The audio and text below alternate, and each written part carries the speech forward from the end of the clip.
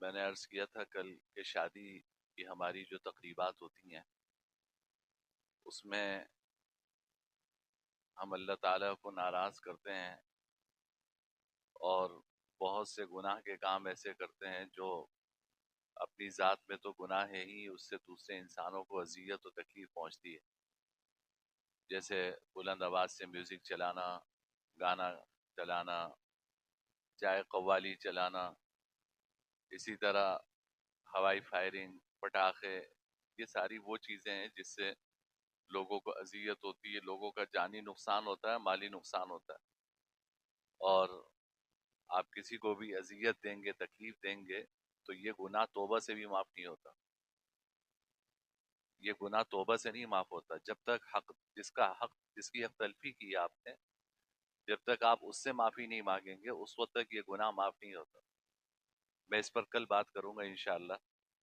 ایک تیسری چیز جو ہماری تقریبات میں بہت بڑی اللہ تعالیٰ کی نافرمانی ہو رہی ہے وہ ہے مخلوط اجتماع، مردوں اور عورتوں کا اختلاط، کہ آج کل کثرت سے شادی کی تقریبات ایسی ہوتی ہیں کہ جس میں ایک ہی جگہ مرد بھی ہیں، عورتیں بھی ہیں، اور مخلوط تقریب ہے۔ یہ بھی ہم اللہ کے عذاب کو دعوت دیتے ہیں، اللہ کی نافرمانی ہے، اللہ کے حکم کی دھجیاں اڑانا ہے کہ خواتین کو پردے کا حکم ہے، اور ایسا موقع آپ فراہم کر رہے ہیں اپنی تقریب میں کہ مرد اور خواتین ایک ہی جگہ کھانا کھا رہے ہیں، گپ شپ کر رہے ہیں۔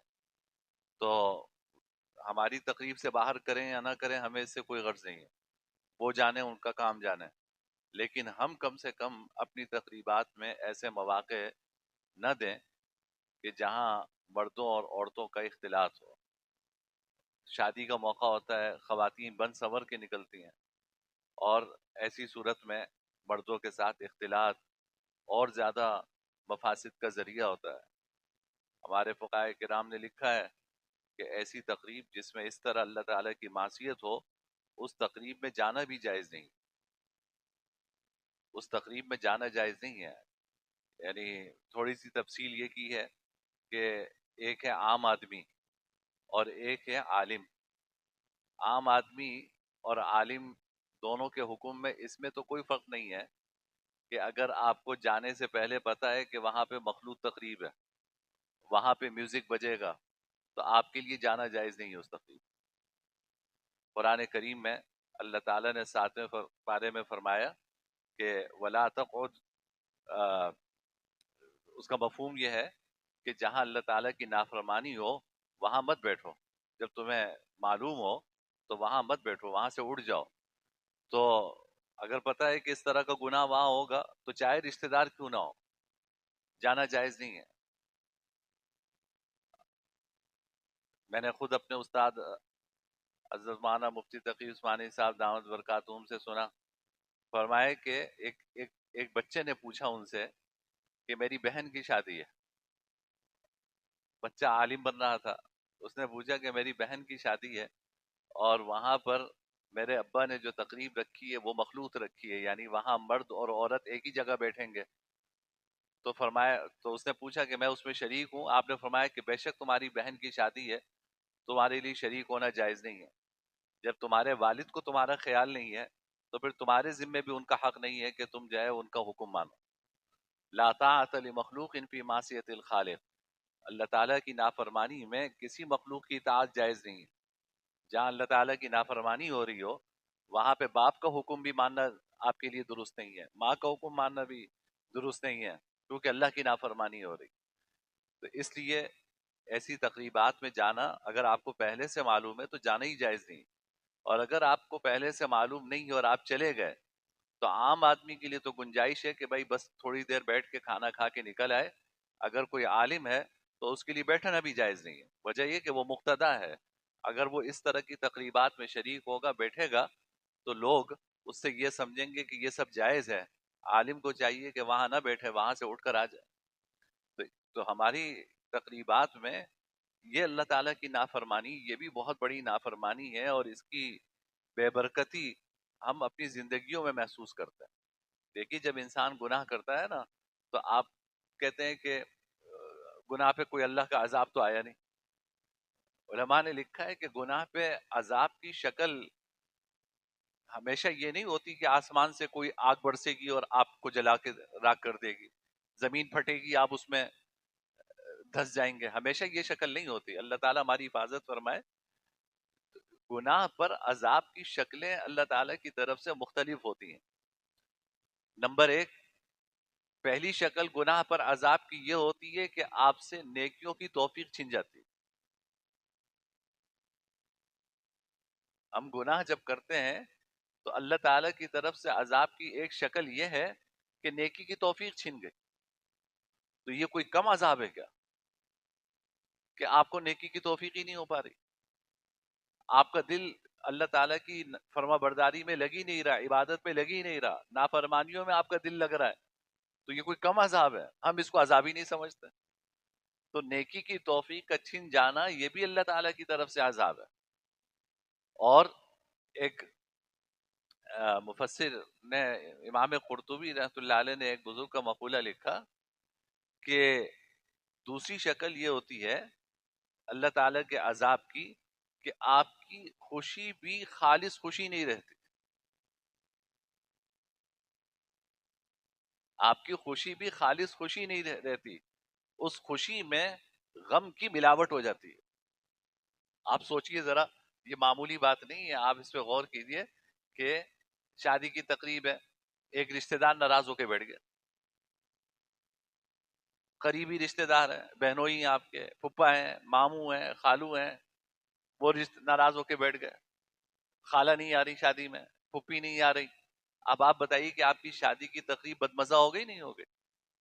آپ نے شادی کی تقریب تو بہت اچھی بنائی تھی, لیکن اس میں رشتہ دار ناراض ہو گئے, بدمزگی پیدا ہو گئی, خوشی خالص نہیں رہی. شادی کی خوشی اللہ نے عطا فرمائی, میاں بیوی کے درمیان کھٹپٹ ہو گئی, تو ساری شادی کی تقریب آپ کی بیکار ہو گئی. تو جیسے میں نے عرض کیا پہلے بھی ایک مرتبہ جمعہ میں نے عرض کیا کہ دیکھیں بارش اللہ کی نعمت ہے نا, بارش ہوتی ہے تو ٹریفک جام ہو گیا, تو یہ خوشی بھی ہماری خالص نہیں رہتی. آپ کے گھروں میں پانی آ گیا, یہ بھی خوشی خالص نہیں رہی. تو یہ بھی اللہ کے عذاب کی ایک شکل ہے کہ جو نعمت ہے اس کے ساتھ غم کی آمیزش ہو جاتی ہے, اور نتیجہ یہ ہے کہ وہ خوشی خوشی نہیں رہتی. یہ بھی اللہ کا عذاب ہے. اور یہ سارے عذاب ہم اپنے گرد و پیش میں دیکھتے ہیں لیکن اس سے عبرت نہیں حاصل کرتے.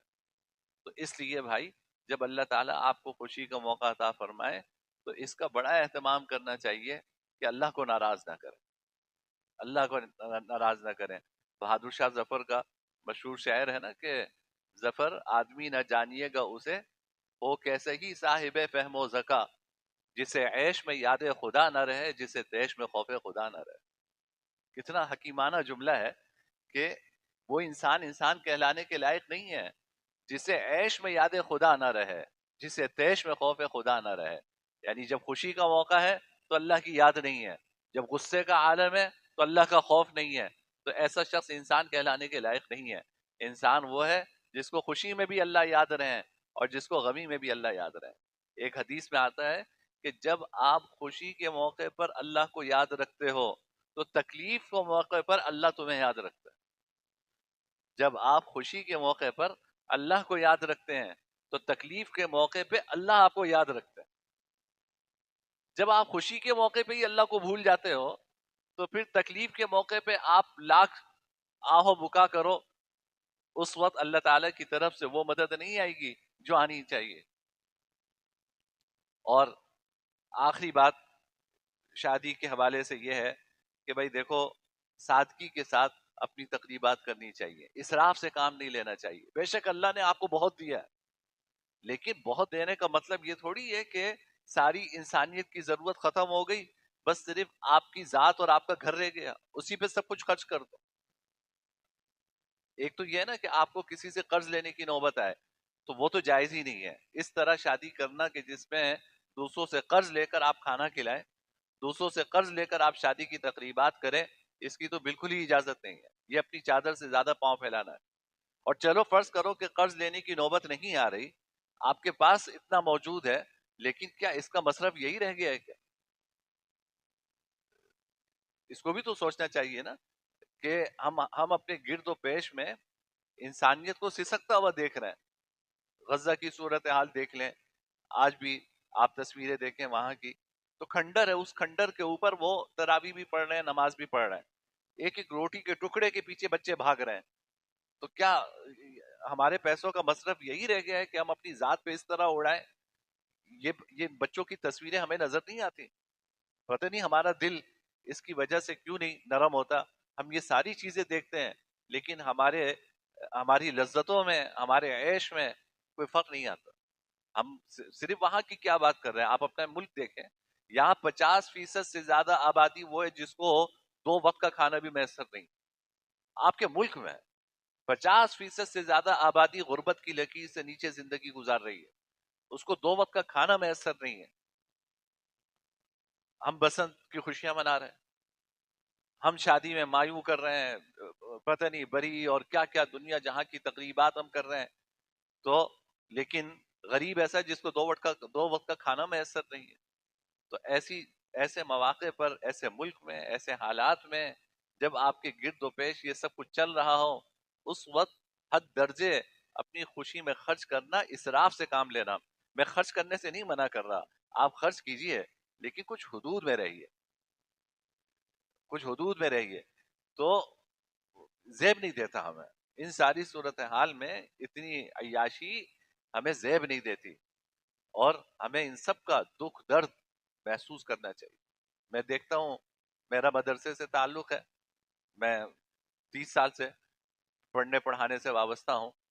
تو میں اپنے مدارس کا حال دیکھتا ہوں کہ ہمارے یہاں رمضان سے پہلے کے جو 3-4 مہینے ہوتے ہیں، یہ 3-4 مہینے ایسے ہوتے ہیں کہ بیشتر مدارس میں اساتذہ کو تنخواہ دینے کے پیسے نہیں ہوتے. لوگ زکوٰۃ نکالتے ہیں رمضان میں، چلو اس سے کچھ تعاون ہو جاتا ہے، 7-8 مہینے اس میں گزر جاتے ہیں، فیس لیتے نہیں طلبہ سے. اب اس کے بعد آخری جو 3-4 مہینے ہوتے ہیں، وہ ایسے ہوتے ہیں کہ طلبہ بھی بیچارے دال کھا کھا کے تنگ آ جاتے ہیں. وجہ یہ کہ کھانے کو کوئی اور چیز میسر نہیں ہے. استاد کو بس اتنا کچھ تھوڑی بہت تنخواہ دے دی جاتی ہے، تنخواہ کا کچھ حصہ، جس سے اس کے گھر کا خرچہ چل سکے، کھانے کا انتظام ہو سکے. لوگ اس قربانی کے ساتھ جو ہے وہ زندگی گزار رہے ہیں، اور ہماری عیاشی کا یہ عالم ہے کہ ہم جو ہے وہ شادی کی تقریبات پہ کروڑوں اڑا رہے ہیں. تو کیسے ہی ہمیں زیب دیتا ہے؟ اس لیے بھائی ان ساری چیزوں کو، اب جب اللہ تعالیٰ آپ کو خوشی دیں تو ان ساری باتوں کو اپنے سامنے رکھنا چاہیے. جناب نبی کریم صلی اللہ علیہ وسلم نے ایک حدیث میں فرمایا کہ بدترین ولیمہ وہ ہے جس میں آپ غریبوں کو بھول جائیں. حدیث میں فرمایا کہ بدترین ولیمہ وہ ہے جس میں غریبوں کو بھول جائیں آپ. تو ہمیں اللہ تعالیٰ یہ سب خوشیاں دیں، تو ہم بس یہ کوشش کریں کہ غریبوں کو نہ بھولیں، اللہ کو ناراض نہ کریں، اسراف سے کام نہ لیں. بس ان ساری چیزوں کا خیال کر کے انشاءاللہ اپنی خوشی منائیں گے، اللہ اس سے برکتیں عطا فرمائیں گے انشاءاللہ. الحمد للہ رب العالمین والعاقبۃ للمتقین والصلاة والسلام علی سید الانبیاء والمرسلین. اللهم لك الحمد لا نحصي ثناء عليك انت كما اثنيت على نفسك. لا الہ الا اللہ الحلیم الکریم سبحان اللہ رب السماوات السبع ورب العرش العظیم. رب اغفر وارحم وانت خیر الراحمین. اللهم انك عفو کریم تحب العفو فاعف عنا یا کریم. ربنا هب لنا من ازواجنا وذرياتنا قرة اعین واجعلنا للمتقین اماما. صلی اللہ تعالی علی خیر خلقہ محمد وعلى آلہ وصحبہ اجمعین. آمین برحمتک یا ارحم